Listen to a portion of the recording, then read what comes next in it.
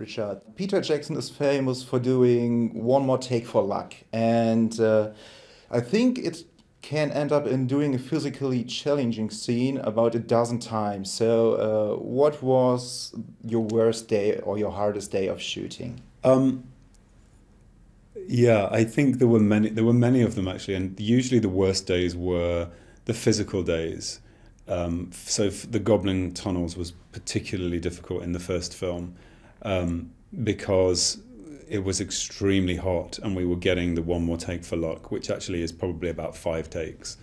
And it's really hard to prepare for. You can't train for something which is an unknown quantity, so you never really know. You could go to 50 takes if you don't get it right. So there were quite a few days like that. Yeah.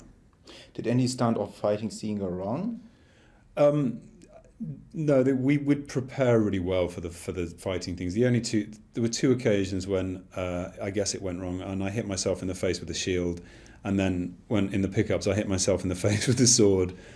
So I smashed my nose and I cut my face under the prosthetic, but it was all self-inflicted. So I'm the idiot. There's a spectacular scene with you and the dwarves being squeezed into barrels. How much of an adventure was that? Um, it was probably the most exciting and fun part of the shoot. When we were working on a barrel sequence which they built inside the studio, it was like a theme park ride. It was like a water course powered by V8 engine, so it could speed up and slow down, and it was immensely entertaining.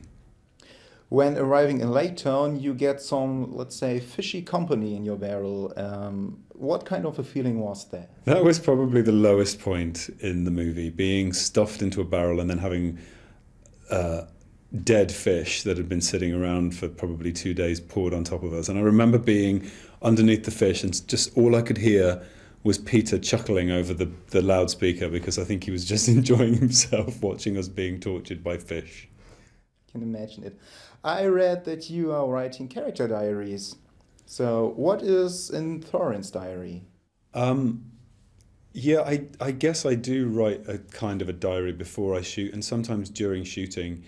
It's complete rubbish most of the time. It contains a lot of source material, but it just helps me to get my ideas out so that I don't forget anything. And sometimes just things pop into your head and I scribble it down. So I couldn't even begin to tell you what's in there.